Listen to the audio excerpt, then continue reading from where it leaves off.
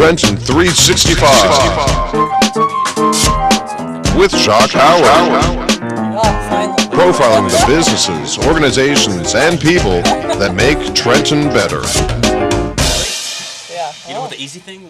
Hello, friend, and welcome to the Trenton 365 show. I'm your host, Jacque Howard. You're listening over New Jersey's oldest radio station. I was just informed today that we are again in the running to be a stellar awards station winner. Big up to WIMG 1300. You can follow us, WIMG 1300, on Facebook, Twitter, and Instagram at WIMG 1300. You can also follow us through Trenton 365 at Trenton 365 on Facebook, Twitter, and Instagram as well. And if you're watching, it's over WPHY, Channel 25, covering Mercer County, New Jersey, through the Verizon Fios network. For those of you who are watching on TV, which will air on Friday night, a rebroadcast of this interview over WPHY at 11 p.m., and I believe that's Channel 23 over Verizon. You will get a chance to see my man and my good friend, Karey Maurice Counts. You get the chance to actually see him and his fashion style, but in addition to that, you'll get to understand why his personality is so infectious. And tonight, we're going to be talking more specifically about what he's been up to in the art scene. For those of you who are pop artist fans, you probably have heard of Keith Haring, Basquiat, as well as Andy Warhol. But Karey is a contemporary of those men, and he's got some information that he's been working on for many, many years, information that he's going to be sharing tonight, and he's going to be letting us know about some of the activities that he's been involved in. He's been in a couple of films since then, a bunch of interviews documenting the New York art scene from the 1980s and 90s. So we just got a bunch of information to get to, but without any further ado, my man Karey Maurice, hey. What's up? Hey, Jacque. Hello, people out there in America and the rest of the world. Awesome. Karey, so you have been very busy, and I've been fortunate enough to spend a great deal of time with you over the last year, over 2019, like watching some of your moves. You've got a bunch of different things that are happening right now. Can you just, I know you won't use this platform, and I agree with you to not use your my platform to expose everything that you're doing, but can you tease out a little bit about what you have going on? Wow, man. You said 2019 was a very big year for me.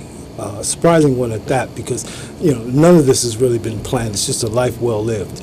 So it's really a joy to be able to share all the things that have happened since I've made these kind of predictions and things like that in 2018 that would happen this past year, 2019. So it's kind of hard to get started with what has happened, because there's been some sidebar issues that have come up in between, but just first and foremost is that I was able to be included in a recent film about Trenton, New Jersey, which is called Two Trentons, produced and directed by director Brad Mays. And that film is now going to travel on the local film festival circuits. It's going to be New Hope, it's going to be Philadelphia, New York, Sundance, and we have really got our fingers crossed for Cannes, if it could reach Paris.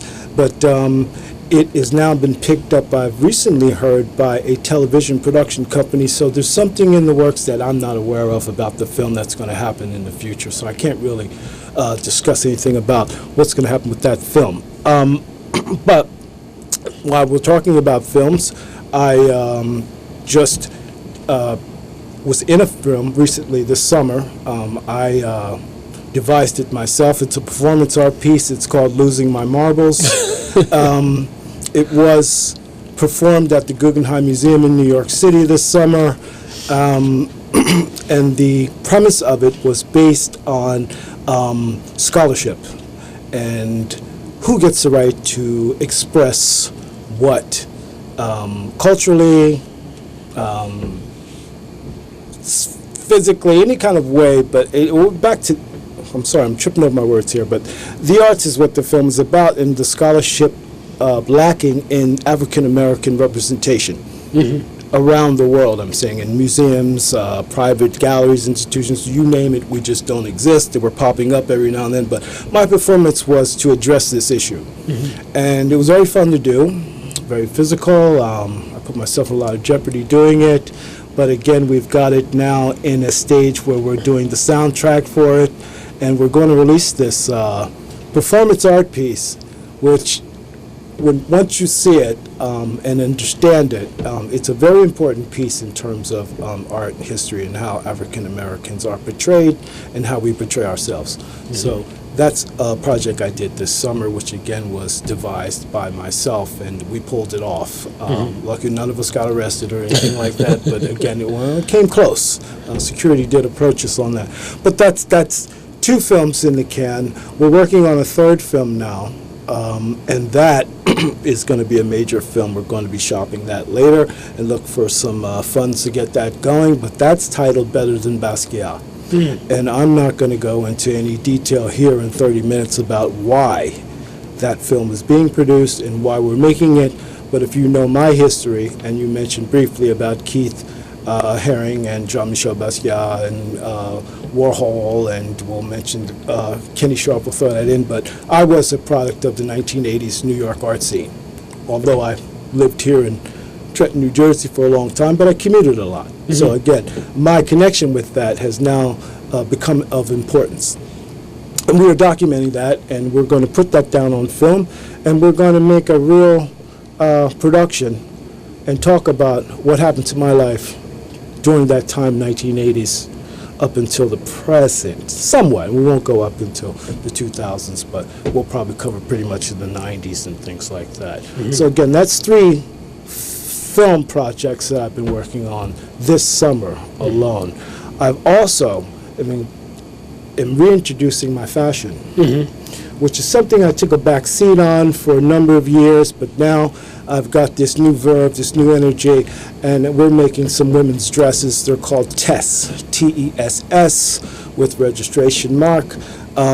These pieces are being made from canvas and some other garments, and combining them together to make one object or one particular moving sculpture, I'd like to call them. You know, they're the dresses, but once you put them on, they become a work of art, and they're like sculpture. Mm-hmm. So more functional art. More functional art. I mean, they're taking art to another expressive level. I mean, art and fashion are the same, but I'm combining the two to make them actually a real concrete type of singular expression. And using the canvas on the garment as opposed to using canvas for paintings really flips the script.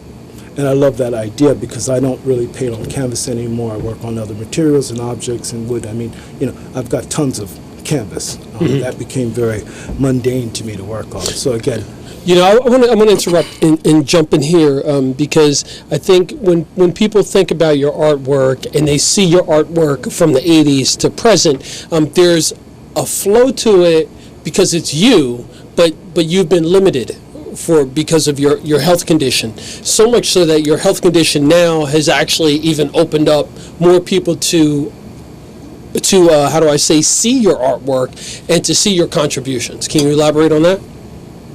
Well, I would say I have more time to put it out. You know, whereas, you know, my daily is all about putting out what I do, what I produce. If I'm not doing it, I'm reading it, I'm talking about it. I'm just pretty much immersed in art, period. That's my interest. But back to you saying exposing the work, that is my issue, health-wise, because I've got tons of it in storage. I almost have a warehouse full of it, but I'm unable to exhibit it. And it's only because I need handlers at this point. I mean, I'm a 5-pound weakling. I'm not able to handle my own work, so it doesn't get out of the studio and it doesn't get out of storage. So I do have an issue with showing new works that I have, even old works no one's ever seen before. So I'm kind of caught in the middle with, you know, what you see online is what I've done myself or what other entities have put up online that represent me, but you'll never see a full body of work. You'll never see an entire show. But I have that material. It's just something I have to archive, go back and dig in and put it in a format where it's actually usable and, you know, user-friendly to see and all that type of stuff. But, you know, I have too much body of works to actually even think about trying to pull it out. So I just try to show you what's new. Mm-hmm, mm-hmm. Now, when we talk about your artwork, I mean, there's a strong component of your artwork that's around societal lifestyle, culture, social Yes. justice, etc. Yes. I remember, I guess it was in 2017 or 18, you were working on some pieces with images of law enforcement from the 1950s. Yes. And so can you just talk about the importance of your work and how that ties into what's going on with the culture and with social justice? Well, it's pretty obvious. I mean, you look at the news, and you've heard about Michael Brown. You heard about all of these murders done by police officers and them getting off and walking away and pretty much feeding their families still, while the other family suffers because someone's dead. This got on my nerves. I can no longer sit back and just watch all this on television and not actually express myself and say something about it. So my best method of communication is art. So, I found this law enforcement book, and I started looking at some of the imageries, and I knew some of the police outfits and materials were pretty much outdated, but they existed because I had this catalog. So I started pulling images from the police catalog about weapons, guns, artillery. Social justice was involved in some of these catalogs. You had how to handle crowd control, how to handle riots and things like that. That pretty much said, this is what I'm going to do, and I'm going to address this, and I'm going to run a series as long as I can with it to express and expose this policing of a certain type of person, which we can all agree, we're only going after brown and beige people, and everybody else gets away with everything. So again, I had to address that, and I'm glad you saw that series of work, because again, we still have not exhibited. No one's seen it. I don't know if it'll ever get seen, because it's such a hot topic, it's such a controversial topic, it's such a dangerous topic, but I felt it had to be addressed, and I do whatever I feel I need to do. Mm-hmm. And I want, we've got a couple of minutes, about 90 seconds before we're up on the first break. But one of the things that I've appreciated with spending so much time with you is that your approach to what you're doing is not just hyper-focused on what's here, right, local. You're thinking much larger. You're thinking more of on a global or galactic scale at times. And I think that there's more opportunities for artists to think much bigger than when they are and to prepare themselves business-wise for that next level, and then we're going to get into that after the break. But Karey, I'd like for you to share your contact information so folks can maybe call up your social media stuff and kind of get a feel for who you are. Well, yeah. You can reach me on Facebook, which is Karey.Maurice. You'll find me there. You'll find me on Instagram at iCareyTV, and you'll find me on Twitter, also at iCarey. I mean, there's so many media platforms that have picked me up and have picked up my information and my stories and my interviews and my television interviews and all of these things. You can just simply Google me. If you want to buy some art or really do some business now, you'll get my phone number a different way. You won't find that online, but everything else you can find online. Just Google it, Google my name, spell it right, and you'll find out so much information. It'll take you a week to understand where I'm going and where I'm headed. That's fantastic. I'm speaking to Karey Maurice. It is spelled K-A-E-R-Y, and the typical spelling for Maurice. You can do an internet search and you can find out more about him. I've got Karey Maurice, artist, who's in the studio here at WING 1300, and we'll be back after a short break.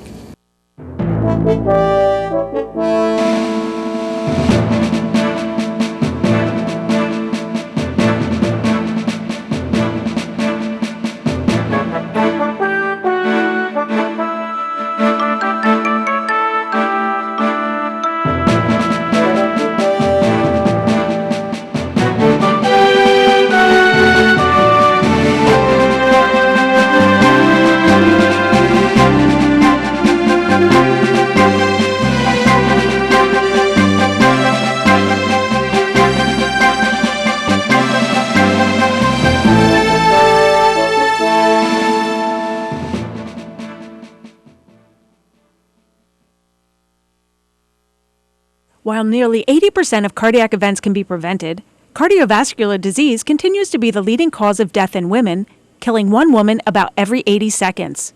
By making a commitment to stand with the American Heart Association's Go Red for Women movement, women everywhere are coming together to take action and end heart disease and stroke.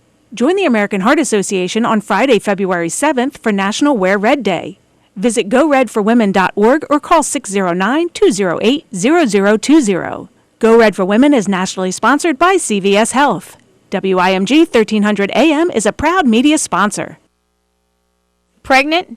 Struggling with addiction? We care about you and your baby. Help is available right now for free. Medication for withdrawal, housing, food, transportation, childcare.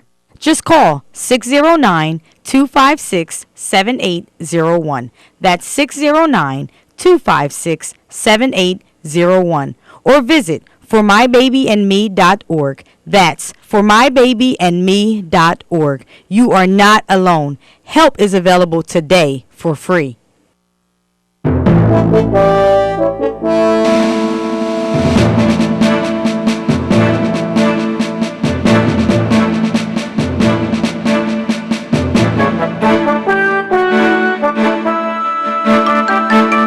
And welcome back to the Trenton 365 show. I'm your host, Jacque Howard. You're listening over WIMG 1300. And you can send me an email, trenton365show@gmail.com. Just before the end of the program, Karey, I'm going to ask you to slide to your left a little bit. Left, right. Left. You're good right there.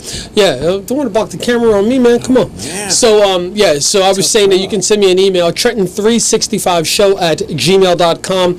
And I'll follow up with you about some of the things that are happening. If you have a suggestion for a guest that we can have on the program, that's always awesome as well. I want to give a big shout out to my man Von Leek, who has popped in from his first year of college, former intern.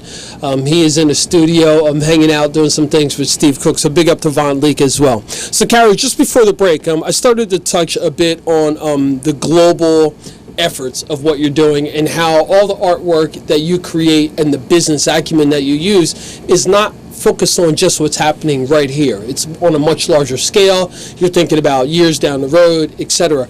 And I want to, after giving you a chance to respond to that, I'd like for you to talk a bit about the art marketplace and the development of an art marketplace and how that's so important, especially when we have so many municipalities around talking about how great our arts culture is and our arts environment, and we're supporting spoken word artists and poetry, and we have art events and all these other things. But when you start asking, well, are any of the artists making a living wage? Are people buying the artwork?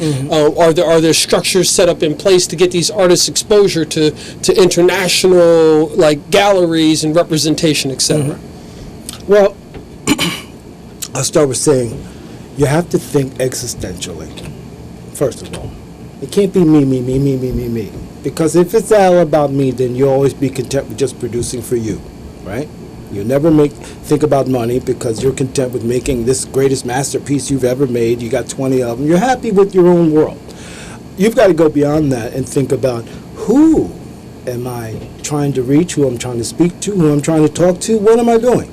Okay, and how far do I want that communication to go? Which, in my case, I've always been an international thinker, a global thinker. I don't know why. As a child, I've always thought bigger than myself, bigger than my neighborhood, bigger than my house. I always felt I needed more room. Size was, space is at a premium, I always say, and something that I've been writing recently is that you need to think bigger than you are, because you are. If you believe that, you will be. So, it's kind of like this mental thing that you have to build yourself to think that, okay, the world's only this big as a globe. I'm like this, but I can be this. You have to think existentialism, and that'll lead you to thinking about business and how you want to produce your work, who's going to enjoy it, who's going to purchase it, and who cares enough that you survive. Okay? So an art dealer would understand what I just said very easily. But the average person, if they're going to support an artist, they have to have something of interest or something that interests them.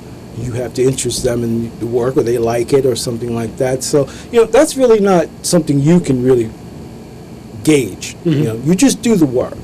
But the idea is you want it to go into the world. Okay. Now, if I just sell it to my neighbor or something like that, then it's going to go in the neighbor's house, and it's just going to stay in the neighbor's house. Unless they have visitors from around the world, no one's going to see that piece. So if you think let me get this piece over in Russia. I hate to say that word, but I'm just using Russia as an example. But let's say I want viewers in Russia. Well, now I got to start studying that culture. I got to understand what they understand. I have to start reading. I start studying other cultures, meaning, again, existentially thinking, how do I talk to someone different than myself and still get the same answer, the same response, or in this case, we're talking about being paid and eating. It's business in the sense that if you love what you do, your business is what you love.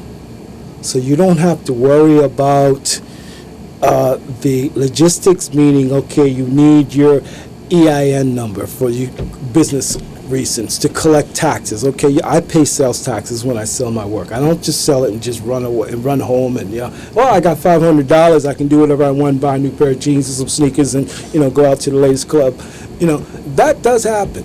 But a business thinking person will take that 500 and take 250 and put it back into what they're doing and take the other 250 and maybe have a good time with. But you have to know that you're going to continue this business of making art. And in order to do that, you've got to support yourself. And to find people who support you before you get to where you want to be requires a lot of assistance.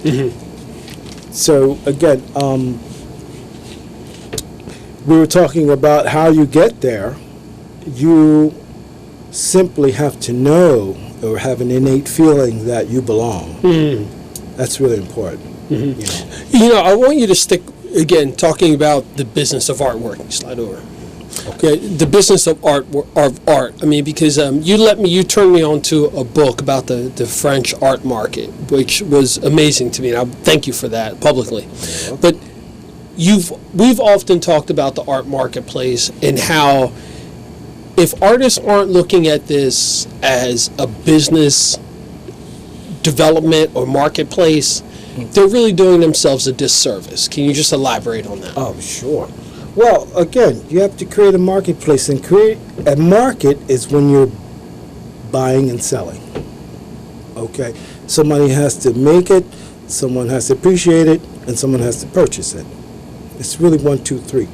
Now, to get there, again, you start out creating your works and understanding that it's a product. The product now becomes something to be marketed. Now, marketing that product, there's a whole plethora of ways you can do that these days. Online, you've got the old-fashioned way with the market. You're talking about art dealers and art sellers and buyers is what that book was illustrating. And simply, you buy low and you sell high.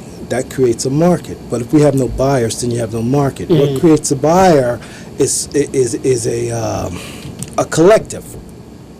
Not a group collective as a gang per se, but a collective as a commerce collective, meaning we have a venue, we have a place where we're going to showcase the work, we have a private night for our clients, not people who come and drink wine, clients to buy art. And I want you to elaborate on that, because I think a lot of times when people think about an art opening, an art gallery, their thought is this is what goes along with it, when there's really no transactions taking place.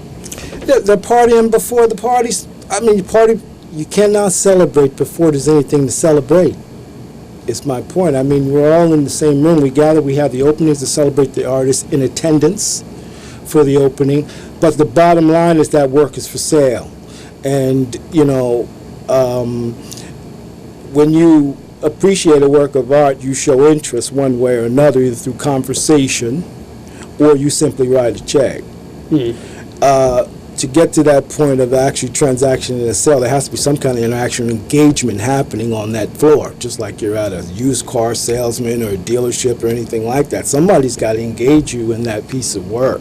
That's what's lacking in the business aspect of it, is no one's engaging anyone because there's no one has a best interest either in the artist or themselves. A dealer, there's no dealers, If we had someone that actually knew to buy low and to sell high and to create an auction market, say buy that same piece and create an auction house. We don't have an auction house here. auction house up in Lambertville, New Jersey, Swan, I believe it is. That's the only auction house available. But if we had an auction house here on a lower level, now there's an interest in it. There is a market because the auction creates market because you have buyers and sellers. That's a market.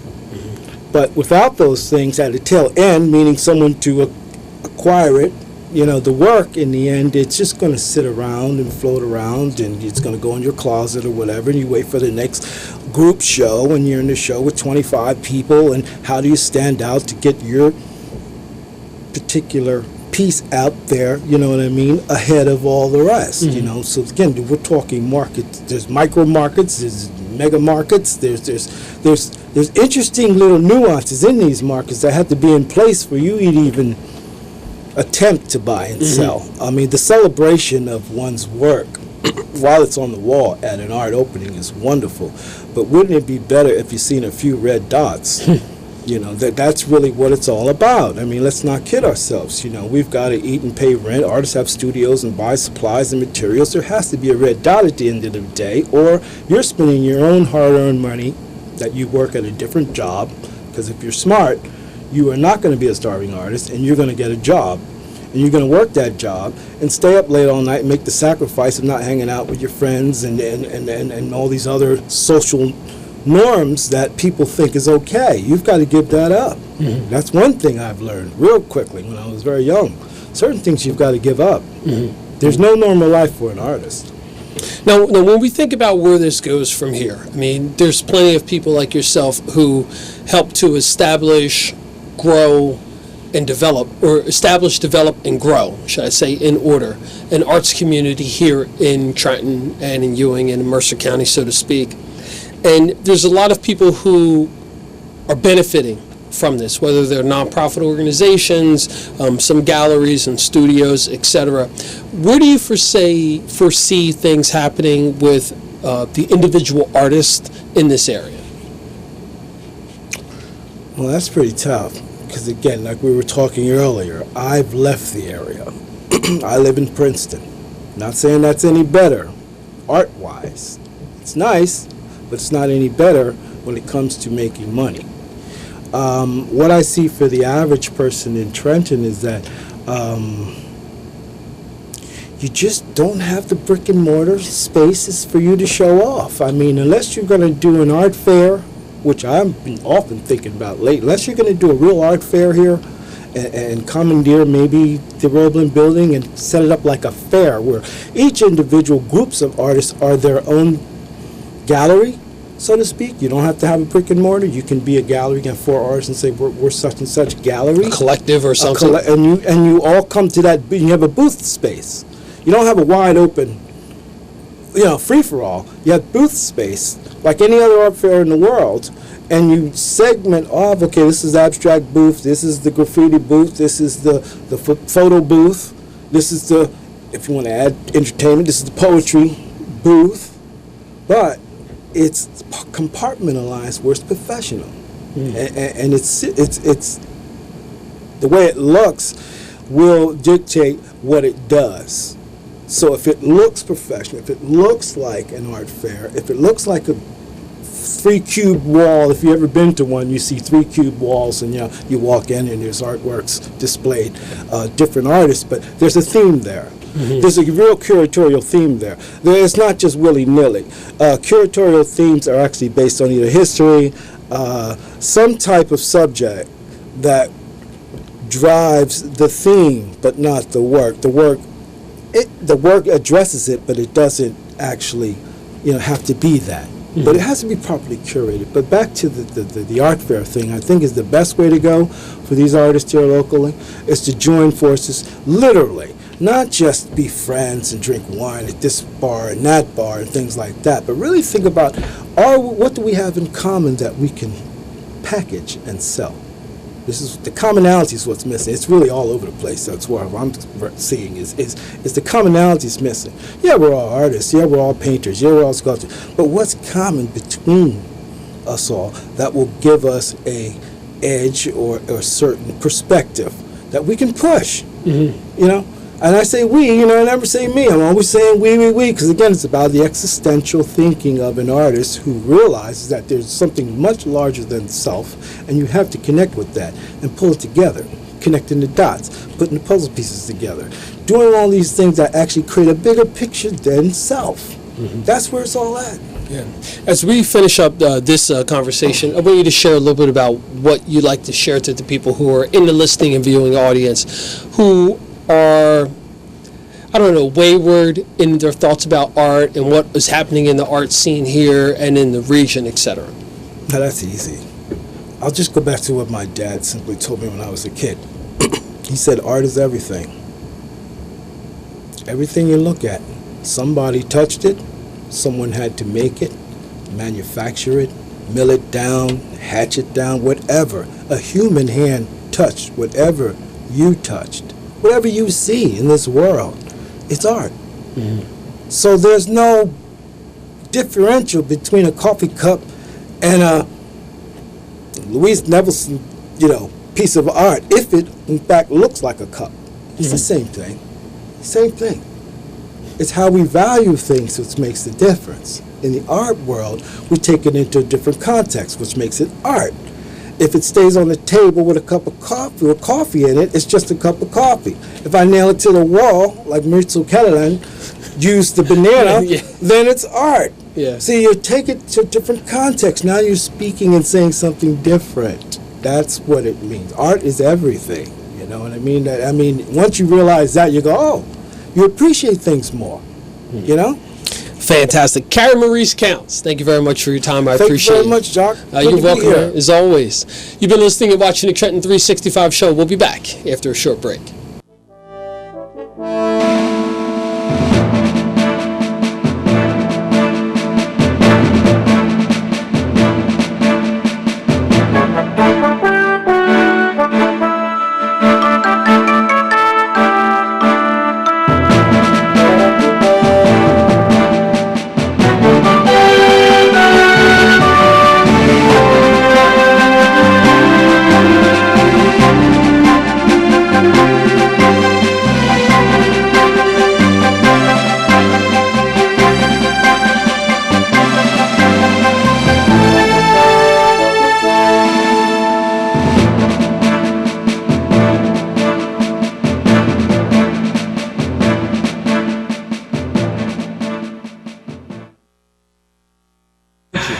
Do you have chronic back pain, knee pain, or arthritis?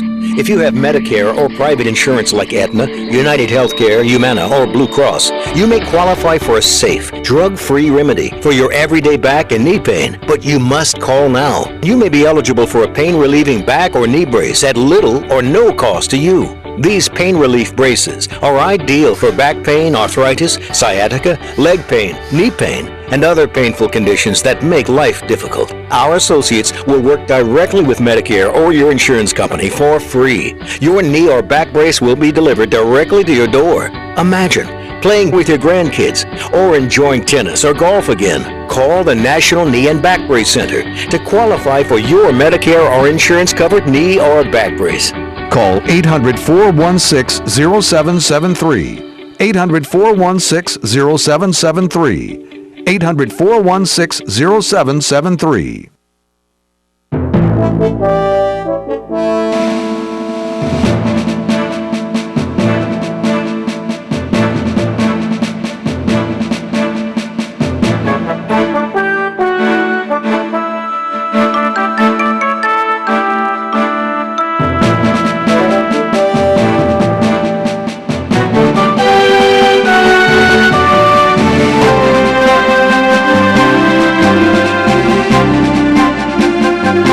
Welcome back to the Trenton 365 show. You can send me an email, Trenton365, that's the numbers, the word show at gmail.com.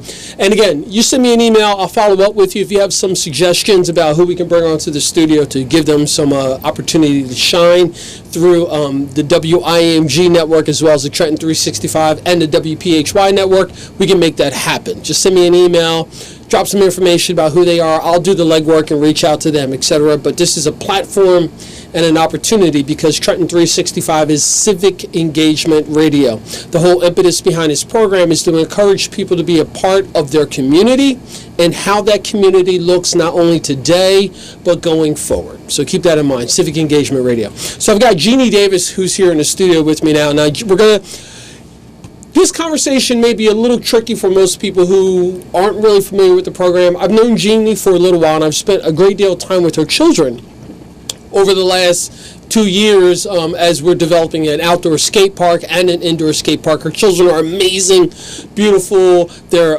artists, they're just really, really good children. But Jeannie has this amazing job at the City of Trenton, and we're going to be talking specifically about her work in a new app that has been developed and released here in the City of Trenton. And she's going to get into the meat and potatoes about that. But I'm going to read just a bit about this flyer. It's the Trenton Mercer Continuum of Care. Youth homelessness is a growing problem. And we're going to be talking about that tonight, as well as this app that has been developed and released so that we as a community, and when I say community, that means anybody, anywhere that you have contact to. And if you've got a mobile device, especially internet service, you live in a global community. So food, shelter, safety, education are things that everybody needs, and everyone should get behind that, especially if it's lacking in your local community. So Jeannie Davis, without any further ado, I want to say thank you so much for coming on. I know that there's some steps that need to take place for you to come on and to share about this, but I appreciate your efforts. Thank you very much. It is definitely my pleasure to be here. Thank you for inviting me. Sure thing. So I know that you are proudly wearing your Z. Yes. So for those who are watching on TV, they're probably going to question, wait a minute, Z, there's no Z in Trenton. You might as well go ahead and get that out of the way. Yes, happy centennial to my sorors, the finer women of Zeta Phi Beta. Zeta Phi Beta? You were going to say yes, something. We are officially 100 years old. All right, well, yes. Congratulations. Happy birthday to your organization. Yes, and we are definitely an organization of service and sisterhood, so that's really important to us. Mm-hmm. And with our upcoming Youth Connect, that's our resource fair. It's free. It's geared for our youth 16 to 24 who are at risk or experiencing homelessness. And that homelessness episode could be something similar to doubling up, which means they're living with someone else, maybe another family, and their name's not on the lease, and they're not sure if they'll be able to live there the next day or stay there the next day. They're couch surfing, which means they're just hanging out. You know, they're with a relative a couple days, they're with a friend another few days, or they've run away, or if they suffer from some type of trauma. So we have this resource fair, and it's 100% free. We give out giveaways, these care kits, hygiene kits, essentials that our young people need that they may not have immediate access to. Mm-hmm. So we want them to come and get access to our resources. Our service providers will be available on site, and it's going to be at Mercer County Community College. Downtown. There you go. And the only reason why I hesitated, because a lot of folks still don't understand that Mercer County Community College has two campuses. We've got the main campus out in West Windsor, but there's also a downtown campus in the center of Trenton, which is called the JKC campus. But in addition to that, it's also called Trenton Hall. Sorry. Yes. So we'll be at the James Kearney campus downtown at 102 North Broad Street. It starts at 2 p.m. and it goes till 6. There's no pre-registration required. You can literally just pop in. Mm-hmm. Now, this is happening on Thursday, June 30th, 2020, from 2 to 6 p.m. at Mercer County Community College, James Kearney campus. This is a complete free event with free food, with free giveaways, music, and much more. I know specifically you're focusing on the ages of 16 to 24. Correct. And that includes people who identify as boys and girls, correct? Yes, so that's our LGBTQ plus community. That's male, female, that's non-identifying, non-binary. So you just have to be a young person between 16 and 24. Mm-hmm. We're not interested if you are, how you identify. If you are experiencing homelessness, this is where you need to be. This is the place you should be. This is where we want you to come to get the services. We're not going to tell you you can't come because you identify a specific way. We encourage you to come because we have those resources just in case you need to be connected to someone, connected to a program. So you can kind of figure out what happens, what's going on in your life, how to get stable housing, if you're suffering from being food insecure, resource insecure. We want you to be able to have access to the services that we provide, not only in the city of Trenton, but in the greater Mercer County area. Mm-hmm. And I think that a lot of folks have a tendency to just see people who maybe, air quotes, down on their luck or downtrodden or be going through some difficulty. And I've heard people say, well, here in Trenton, why are there so many homeless people?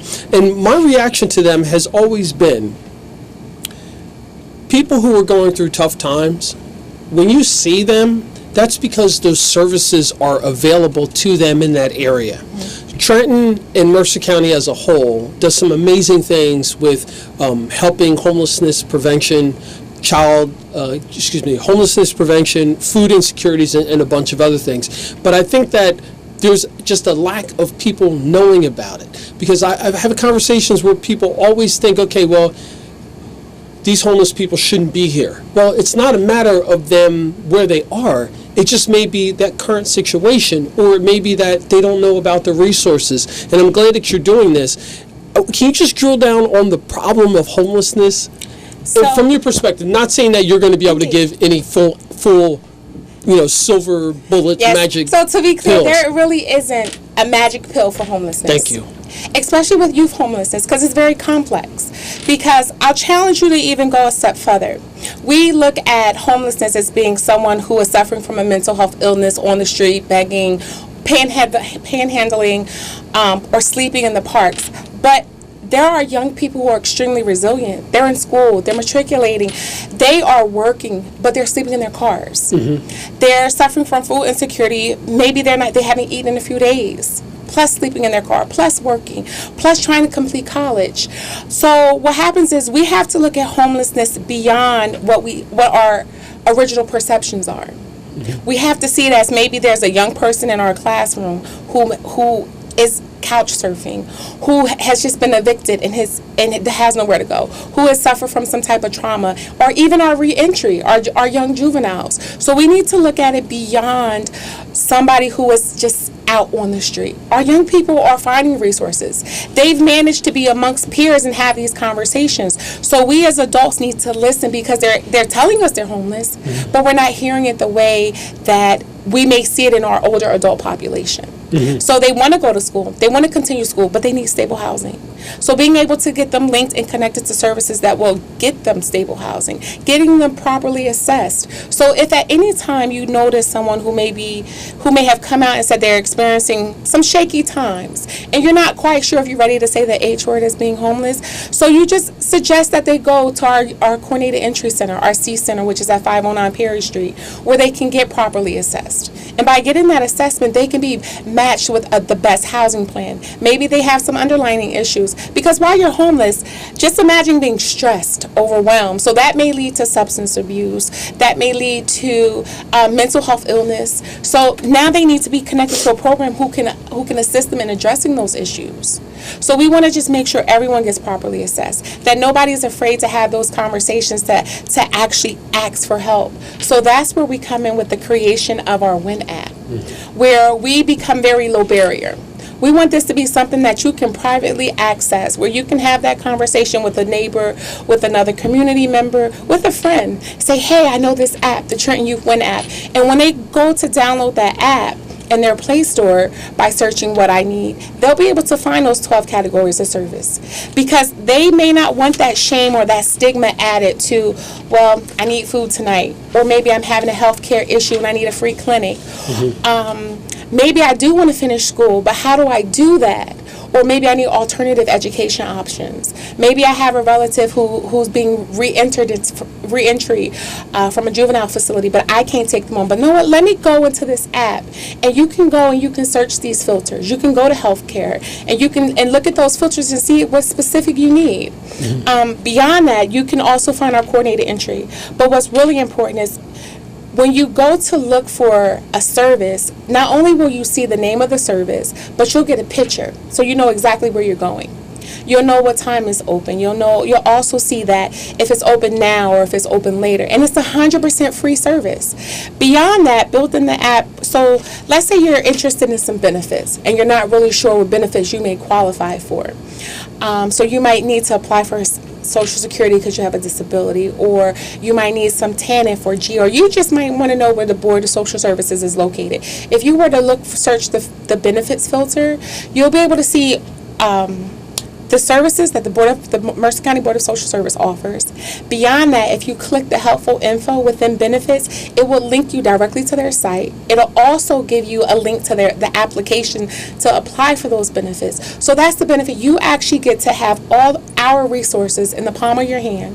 You get to share them with a friend privately, and you can save those searches so you can revisit them in the event you need to go back and get contact information. Mm-hmm. And some agencies provide multiple services. So also within the app, you'll be able to see all the services that a specific agency offer.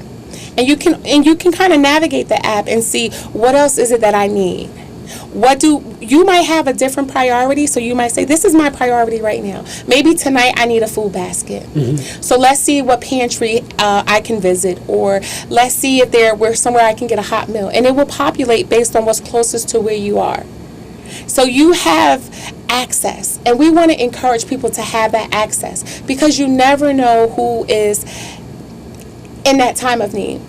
If that's what we want to call it, who is suffering or struggling, however we want to call it, we want to make sure that if you are at risk or experiencing some type of episode of homelessness, that you have access to these resources, because it's really critical. We don't want you to be suffering from homelessness for 2 days, 2 hours, because there's resources.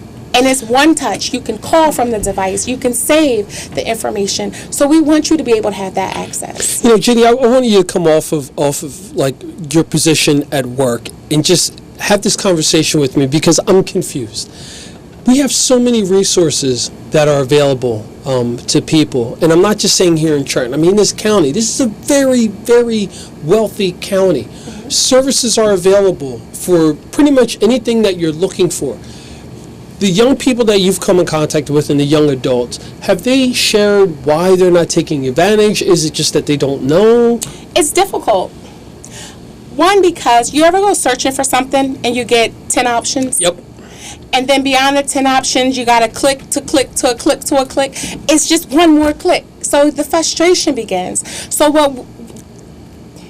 the app is designed so you don't have that frustration. Okay. I've already had the frustration. So now we want to get you directly there. The team wants to get you directly there. We want to make sure that there aren't any roadblocks. Now, that does not mean you may not need something that requires a more coordinated effort, but we want to get you to the first step where you don't have to go a click to a click to a click, because some agency websites may not be easy to navigate. Sometimes you have to go from a Google search to a to get bounced to another website, get bounced to another website. So now you found something you may not even need. So we have made it where you're going to get to where you need, so that you don't have to suffer, so that you're not frustrated, so that you're not in this episode of stress and, worried and being bothered and aggravated. So, and it happens. That's just like, in the app, you know where you can go. If you're not exactly sure where that specific building is, it gives you directions right from your phone. Now, and I know we're up on a short break, and folks, Jeannie is going to be back next week at the same time, and we're going to be talking about this again. So for those of you who are faking a front, pretend you didn't know what was going on or you missed this, you can catch this right here, 7:30 next week as well. Jeannie will be back. We're going to rehash everything, and we're going to continue to drive this so that folks, even if you don't need this service, you know how to get this service and share it within your networks, so that someone who may need it in the future or who needs it right now can have access to it. Now, a couple of things that before we finish up, I want to make sure that everyone knows this about the app. First of all, if people need to contact you, they can go to Trenton Youth WIN App at TrentonNJ.org. That's the contact information. Trenton Youth WIN App at TrentonNJ.org. This is a free app, as you had mentioned, and this is available for iPhones and Android phones as well. And you can get it on the Google Play Store. All you have to do is do a search for What I Need. What I Need. That's what the app is named, What I Need. It's free to download. It's free to use. It helps youth who are at risk experiencing homelessness and resource insecurity. In addition to that, it doesn't matter what your background is, and I'm glad Jeannie mentioned the LGBTQ plus community, because there are a lot of LGBTQ plus in this region who feel as though even in programs and in social services, they are discriminated against. This app is going to help eliminate some of that, because you're going to be dealing directly with the app itself and getting the information and the resources. It's available 24 hours a day, 7 days a week. And it looks like you pretty much covered everything on this sheet. Can I share this sheet? Yes. Is it public? All right, so I'm going to share this sheet in a little bit. We only got about a minute left, but I'd like for you to finish up. Okay, first I would like to, in closing, I just want to just make a comparison. This is a preventive tool. This tool was created by Our Children LA in Los Angeles County, California. Los Angeles County has an extreme number of homelessness. So we've partnered up with Our Children LA, who created the app, and we've developed the version for Trenton, Mercer County. Just as a preventive tool, because this is our commitment to our community, not just Trenton, but to the greater Mercer County, that we are very serious about making sure that our community is healthy, that we're stably housed, because when we're healthy, we can sustain jobs, we can complete our education, our families are feeling great. So we want to encourage everyone in the community, regardless if you're experiencing homelessness or not, get access to our resources, because you only need to touch one person. And because our homelessness touch so many different systems, it's critical that anybody have access to the resources, because it allows you to give everyone, empowers the community. And our goal is to definitely empower, especially when communities like LA have large numbers of individuals sleeping on the street, large numbers of youth who are without homes. So this is Trenton's commitment, and with the excitement and support of our mayor, of our director, our administrator. This is critical that we're saying, Trenton, we got this. Trenton will win. So we're very excited about this. Now, is it okay if I share your contact information? Yes. Okay, sure. So I want to say that you can reach out to Jeannie via phone at the City of Trenton, 609-989-3350, 609-989-3350. Big up to Mayor Reed Gussie-Orr, who's supportive of this, as well as the grant administrator, Vernette Sherrill. And again, Jeannie, thank you so much. I know that you're going to be back next week, 7:30 here on the Trenton 365 show. Yes. All right, folks, listen and watching. Make sure that you come back next Tuesday, 7:30 p.m. Jeannie will be back sharing more about this program. You're listening and watching the Trenton 365 show. We'll be back after a quick break.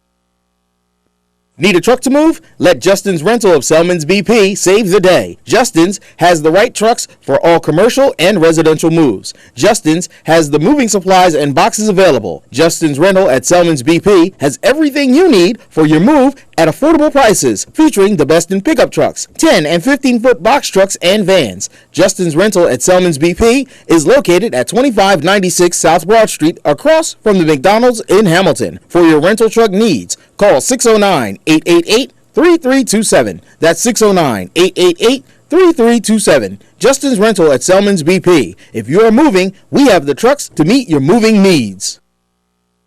Hi, I'm Kevin O'Leary. What's the most important hire so many businesses have to make? The head of social media. I knew I needed somebody eclectic. I would have never found Kirsten without LinkedIn Jobs. With screening questions, you've got something that'll vet your candidates faster. Kirsten sings opera, she wrestles, and she does social media? Perfect. Find your Kirsten. Go to linkedin.com/Kevin and get $50 off your first LinkedIn job post. linkedin.com/Kevin. Terms and conditions apply.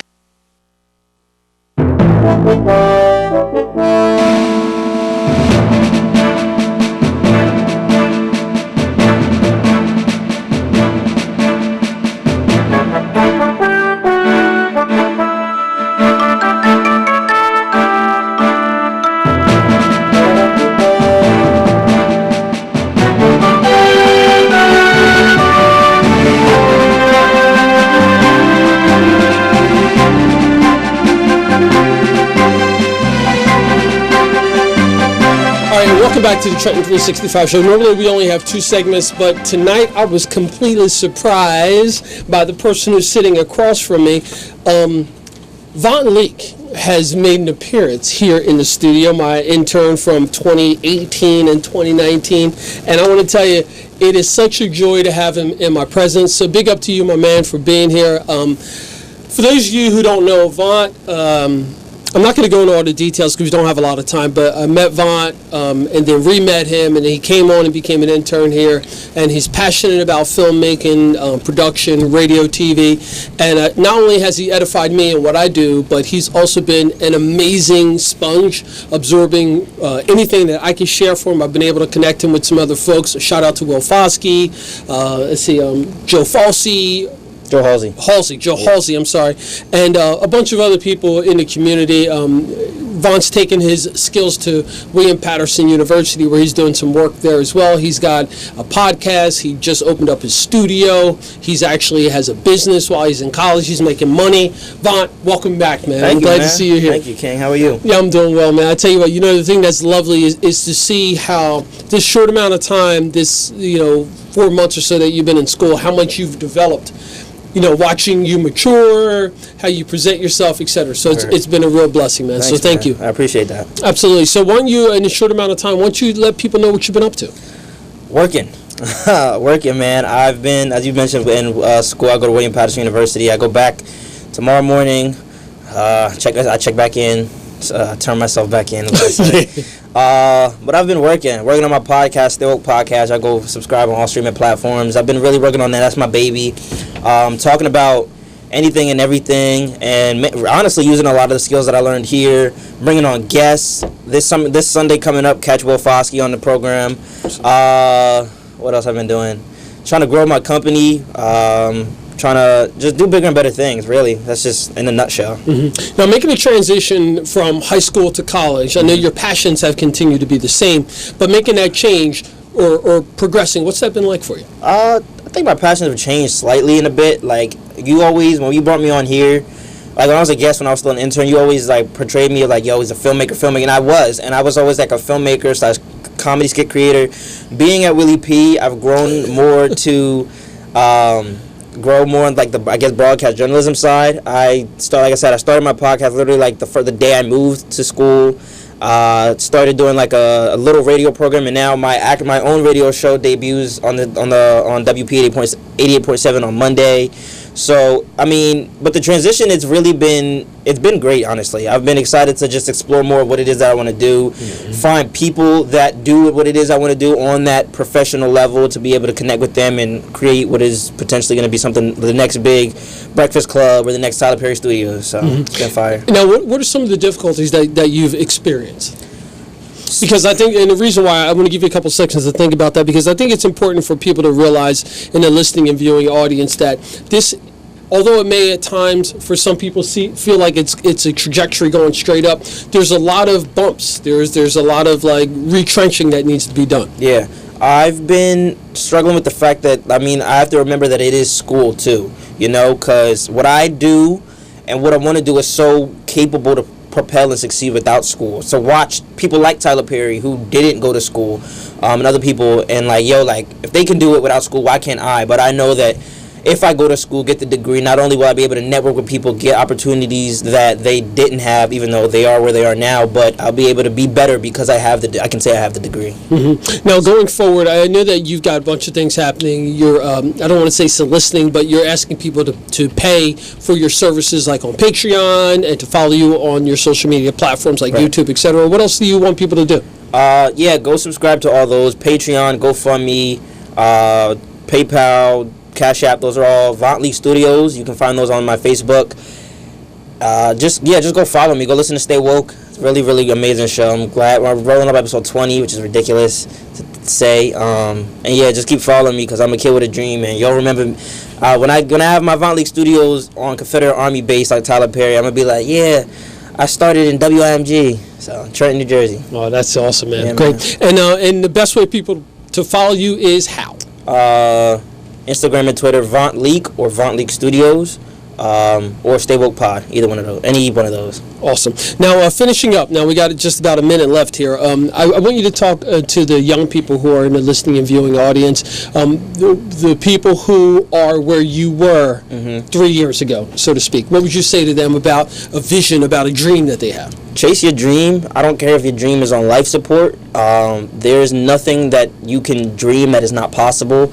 And even if you're chasing your dream, don't be complacent with it. It's better to be persistent than... It's good to be consistent, but without consistency, you can't be persistent, and you can't be either one without the other. And it's better to just propel and do whatever it is that you want to do. So be persistent, be consistent, and don't be stagnant, whatever it is you want to do. Try to one-up not only the next person, but yourself. Whoever motivates you, go up above and beyond them and do what you don't think is possible to do. Fantastic. Vaughn Leake of Vaughn Leake Studios, Stay Woke Podcast. Links will be available and are currently available on the Trenton 365 social media platforms. Please make sure that you go there, subscribe, like, share. If you got a few bucks that you can throw behind Vaughn, it will be very, very well worth it. Vaughn, thank you very much for your time. I can't wait for you to come back. That's right, man. All right. You've been listening and watching the Trenton 365 show, broadcast from WIMG Studios on Tuesdays from approximately 7 to 8 p.m. You can send me an email, Trenton365show@gmail.com, or find me on social media platforms at Trenton365. Have a great night, friends, and we'll talk to you next week.